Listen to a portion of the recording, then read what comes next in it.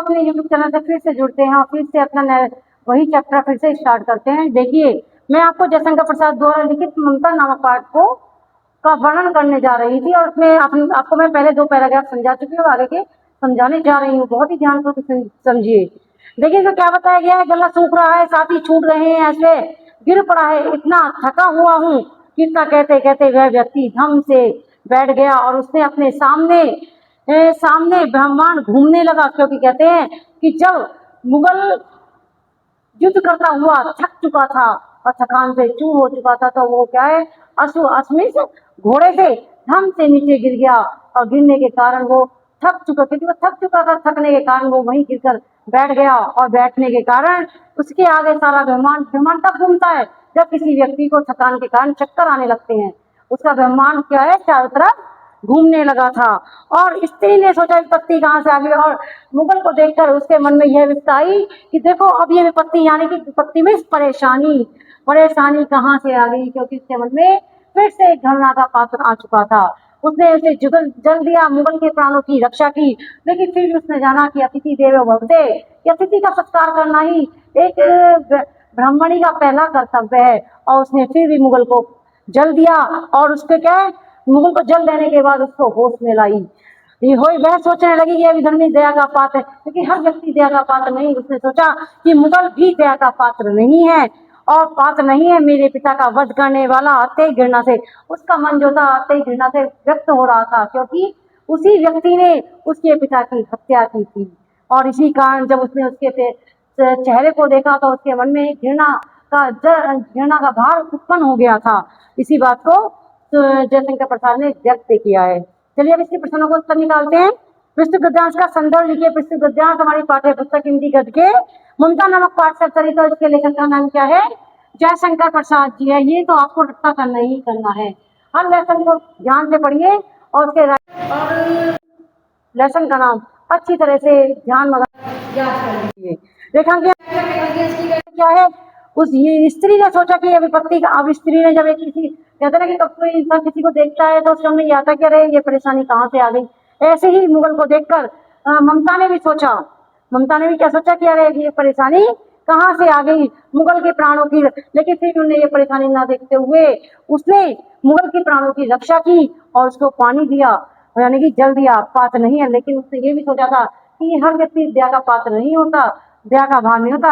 अतः ये व्यक्ति दया का पात्र नहीं है। क्यों नहीं है, क्योंकि उसने उसके पिता की मृत्यु की थी, हत्या की थी और घृणा से, और फिर भी लेकिन उसका मन घृणा से भरा हुआ था।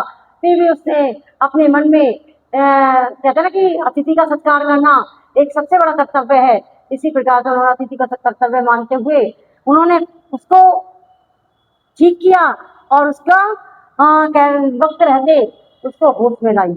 अगला क्वेश्चन है, ममता का मन घृणा से व्यक्त क्यों हो गया था।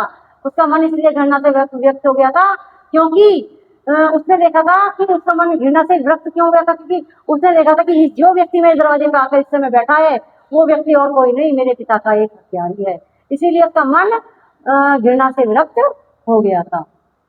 चलिए बच्चे आगे का पैराग्राफ पढ़ते हैं। देखिए इसमें क्या बताया गया है। इसमें बताया गया है कि मैं एक ब्राह्मणी हूँ, मुझे तो अपने धर्म अतिथि देव उपासना का पालन करना चाहिए। इसमें बताया गया है कि जब ममता मुगल से टकराती है और मुगल उसके दरवाजे पर आकर बैठ जाता है और दरवाजा खोलने को बोलता है, तो ब्राह्मणी कहती है, तो ममता कहती है कि मैं एक ब्राह्मणी हूँ और मेरा कर्तव्य है कि पहला धर्म मेरा क्या है, पहला मेरा धर्म का कर्तव्य है कि देव की उपासना, यानी कि देव कोई अतिथि हमारे दरवाजे पर आता है तो हमें उसके सत्कार करना चाहिए। परंतु यहाँ नहीं, सब विधर्मी दया के पात्र नहीं होते, लेकिन फिर भी ये मन में जानते हुए कि हर व्यक्ति एक जैसा नहीं होता और हर व्यक्ति दया का पात्र भी नहीं होता है, परंतु कर्तव्य करना चाहिए। लेकिन फिर भी मेरे मन में ये भावना आती है कि मुझे अपने कर्तव्य का पालन करना चाहिए। तब मुगल अपनी तलवार फेंक कर खड़ा हुआ। क्या आश्चर्य की बात है, तुम भी चल करो ठहरो। उन्होंने कहा, किससे कहा, मुगल ने कहा, किससे, ममता से, कि तलवार फेंक कर वो खड़ा तो हो गया पानी पीकर, और जब उसे धोती में बैठा था और उसने मुझे कहा कि जैसे मैंने तुम्हारे पिता के साथ छल किया था ऐसी चाहो तो तुम भी छल कर सकती हो। छल नहीं तब नहीं स्त्री जाता हूँ, तैमूर का वंशधर हूँ, स्त्री से छल करेगा तभी कहता है कि स्त्री से छल, यानी कि मुगल ने कहा कि मैं स्त्री से छल नहीं करूंगा, जाता हूँ और भाग्य, ये तो भाग्य का खेल था कि मैं तुमसे जीवन में फिर से टकराया हूँ, क्योंकि वो व्यक्ति था जिसने उसके पिता की मृत्यु हत्या की थी। अब चलिए इसके प्रश्नों को छाटते हैं। विस्तृत गद्यांश का संदर्भ देखिए। विस्तृत गद्यांश क्या है? हमारी पाठ्य पुस्तक हिंदी के ममता नाथ पाठशाला करी, तो इसके लेखक का नाम क्या है? जयशंकर प्रसाद है। रेखांकन की व्याख्या क्या है? अब देखो रेखांकन कुछ भी बना देते हैं एक पैराग्राफ पे, मैंने यहाँ से लेकर यहाँ तक भी बना डाला तो भी आपके रेखांकन माना जाता है।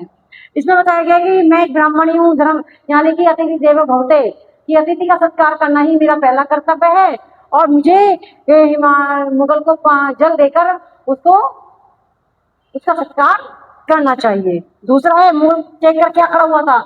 मुगल केवल तलवार टेक कर खड़ा हुआ था। देखने के बाद क्या की जगह जाएगा? तलवार।